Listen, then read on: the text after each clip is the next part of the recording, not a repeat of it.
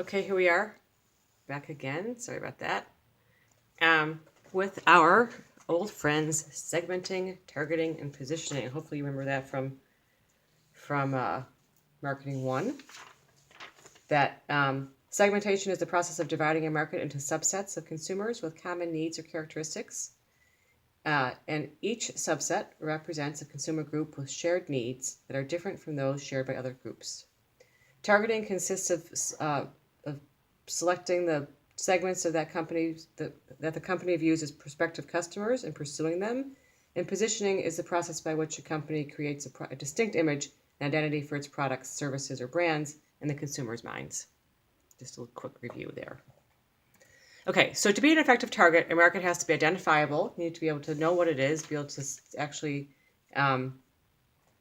identify in terms of gender, age, that kind of thing. Sizable, there has to be enough of them to make profit. It has to be reachable. You have to be able to find them. You can't just necessarily go out and you have to have enough people that you can find through some media outlet. Reachable. Stable and growing. That there's enough people out there to make it and make enough consumption patterns that's going to grow larger in the future. So your customer base and therefore your profits will grow. Reachable, also accessible, that you can communicate with people effectively and economically. And then congruent with the marketer's objectives and resources, so that you have to be interested in having the means to reach the segments that they select. So it has to be, for example, Goodyear tire, again, doesn't necessarily, isn't going to go to an area where people don't drive. They're not necessarily going to advertise a lot, say, in urban areas where people don't drive as much. Well, large urban areas like, New York or something like that. Okay, so this is just this is from the book, and it goes through and it talks about those things we just talked about. Can you identify through its demographics? Is it profitable? Is it stable? With just all the things we just talked about before. Okay, so there are essentially two different types of characteristics. We talked about that. Those are the characteristics that people have. So that the target market has. So we want to talk about in terms of behavior, which is evidence-based. So either they're buying or they're not buying. So is the person's age, income, education level conducive to what you're trying to sell? And is there enough, are people going to buy it? Is there enough people, and when we talk about consumption, are they going to actually consume the product? Are there enough people out there that actually want to buy it? And then cognitive factors. Cognitive is this idea, we're going to talk about that a lot in this first section and throughout the course, in terms of how do people think. So personality traits, their cultural values, their attitudes towards politics and social issues. Those be cognitive factors when we're talking about the consumer. And then consumption specific, what is it that people are looking for? What types of products are they actually looking for?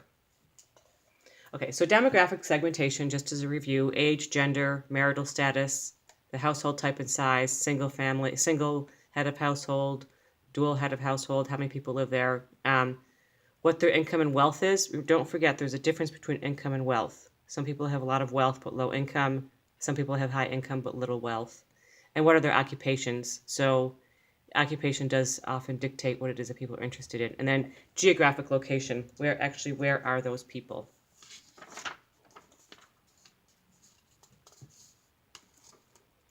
Okay, again, this is another chart directly from the book, and it's this idea that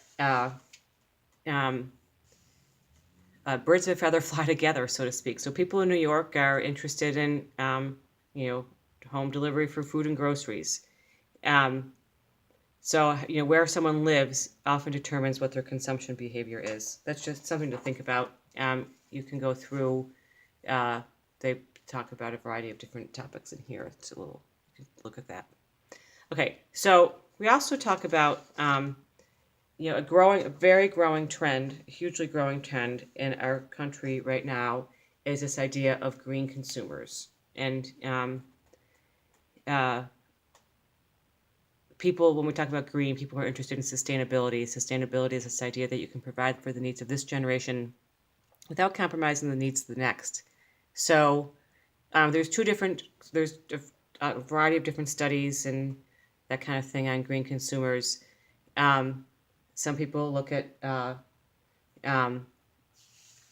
people who are environmental. One idea is that environmental activists, organic eaters, and people who are interested in economizers. They want to experiment in buying with eco-friendly products in order to save money. And then another study categorization is this idea of true greens. People who are really very environmentally friendly and have adopted a lot of environmentally friendly behaviors. Donor greens are people who feel guilty about their lack of environmentally sound buying behavior and sometimes considered environmental impacts when purchasing products. They're willing to sacrifice financially to support the environment, but unwilling to change their shopping behaviors. And then learning green are people who are still learning about environmental issues and need to be, they are interested, but they're still learning about it and they're not really sure how to take advantage of it. And then non-greens are people who really don't care about environmental issues, and they don't really engage in any kind of environmental activities or anything like that. So it's just important that you understand there's this whole idea of the growing trend. That's the big trend right now, green consumers. Okay, so again, you go through this just nice chart that looks at how we segment the green consumer. Okay, now the other thing too that we're really interested in are personality traits. We're going to talk about personality quite a bit. It's very important. The characteristics, we look at extroversion, when the people who interact with many people, trust, people who trust online shopping, and they have positive attitude or negative attitude about online shopping. What their risk is, how much risk are they willing to take? We're going to talk about that, and also how willing they are to shop online. So we're concerned about that as well. Okay, psychographics is basically how people spend their time and money. It's the lifestyle, activities, interests, opinions. As I said, how people spend their time and money. That's the idea of psychographics. You can have shared demographic characteristics, but you will not necessarily have shared psychographic characteristics. And again, the reverse is true too. You can have shared psychographic, but very different demographic. Psychographics play a really important role in consumer behavior. Okay, so we talk about psychographic segmentation. So active life. So they talk about active lifestyle, impulse buyer, green consumers. So it's this idea that you need to. It's important that people look at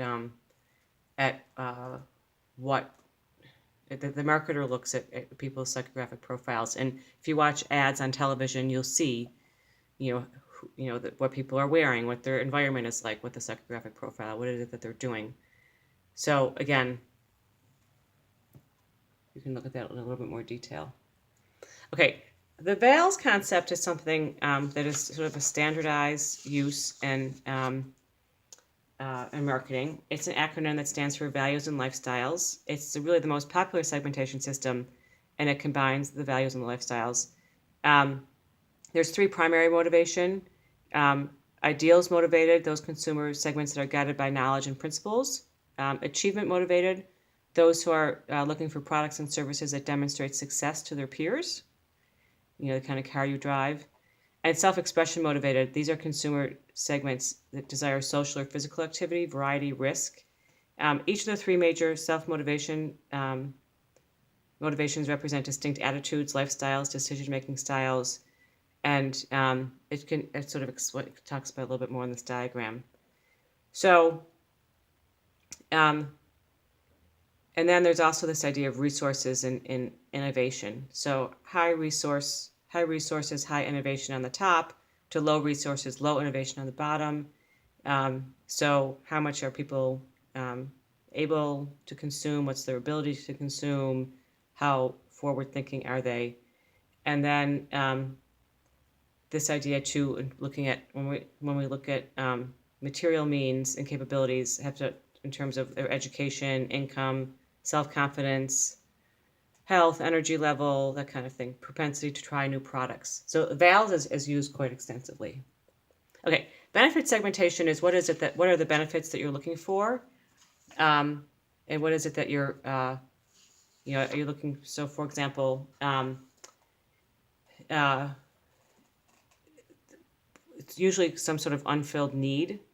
The perceptions that a given brand delivers it could be a unique benefit or a prominent benefit, and it could cause loyalty to the brand. It's very prevalent with personal care products like shampoo, toothpaste. They deliver specific offerings for specific benefits to people. So it's a way to position the product and that kind of thing.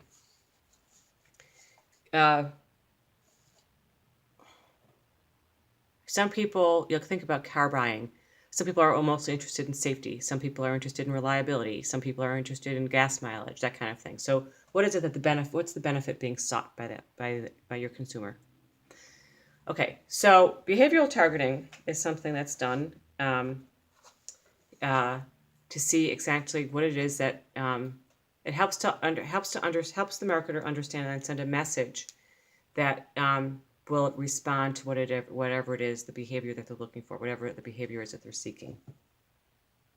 Okay, and then this is also very prevalent, this idea of online tracking. So what is it that you're buying? What is it that you're interested in? Following, being able, seeing what you're browsing. That now you can find out, marketers can find out what the browsing history is, and how much time you spend on sites, how involved you are in the site, that kind of thing.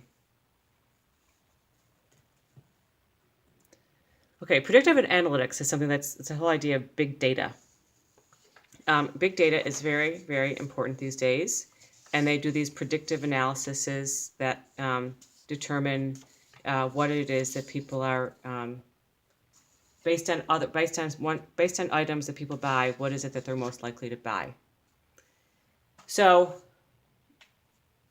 you'll see that you go to the grocery store and maybe you're buying a lot of bread, so maybe they'll give you a coupon for peanut butter or something like that, or maybe they see you're buying fruits and vegetables, and maybe they'll send you a mailing about their organic produce, that kind of thing.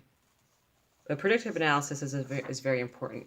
There is the story, it's maybe urban legend, but it certainly is very prevalent about Target, that a father was very upset because they were sending coupons for baby diapers and formula and prenatal vitamins to his 16-year-old daughter, and he went and he complained to the manager and said, how can you be doing this? She's only 16. And then, boom, a couple months later, he goes back to apologize to the man at the store at Target, saying, evidently there were some things going on in my house I wasn't aware of, and she's due in September or whatever. So whether that's a true story or not a true story, I don't know, but it certainly illustrates this whole idea of predictive modeling and these algorithms that businesses use. Okay, so you can see here, there's another, this is also from the book. It looks at a specific, it uses at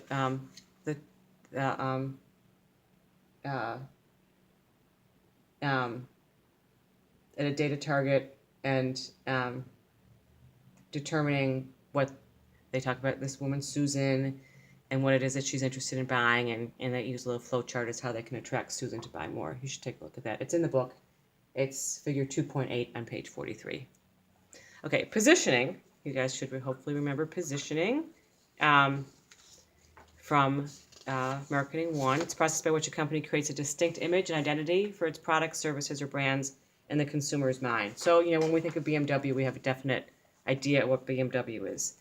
Again, the positioning process, those are that define the market and the competition, Find out what the key attributes are that consumers are interested in. What is it you want to, that's all part of marketing research.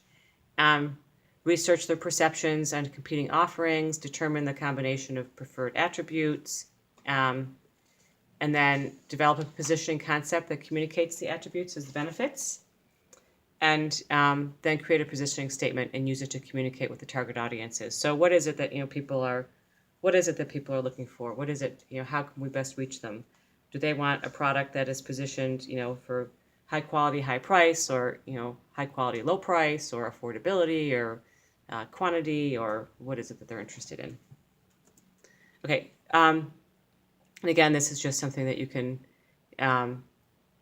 it's an example of how positioning can be applied.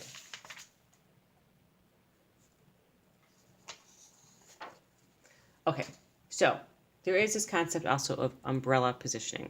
Umbrella positioning, a statement or slogan that describes the universal benefit the company's offering, and it doesn't necessarily refer to a specific product.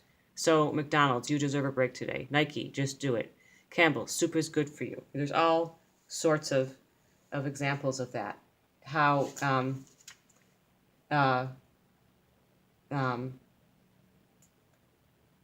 De Beers says a diamond is forever. If they're not, focusing just on a diamond necklace or just on a diamond ring or just on diamond earrings or just focusing on diamonds in general. That's the idea of umbrella positioning. So looking at the product as a whole, not necessarily at the company as a whole, not a specific product. Okay, so other types of positioning. Other types of positioning include premier positioning, which is the idea of focusing on the brand's exclusivity. Looking at a key attribute based on the brand superiority and relevant attributes. Second one, positioning against the competition is just that, looking at it as compared to the competing brand. Our batteries last, 48 days longer than the competition, that kind of thing. So key attribute we talked about, positioning based on a brand superiority on relative attributes. And unknown positioning is when a position is not associated with a product from that category. So unknown positioning might be something you could look at magazines, for example. People and Us Weekly are more gossip magazines, and Forbes and Fortune are more business magazines. So that would be unknown positioning. Okay, repositioning is when you want to actually change how people feel about your product. In the beginning, the example they give in the book, they talk about yogurt, and maybe in the beginning, yogurt was seen as a healthful snack. It still has seen that way, but now they talk about it in terms of convenience and flexibility, and you can take it on the go. Sometimes you want to reposition something if, for example, there has been some level of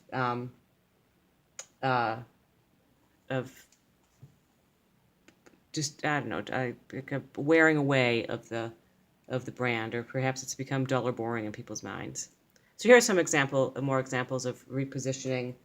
New York Lottery, you got to be in it to win it. You never know. Good things happen in an instant.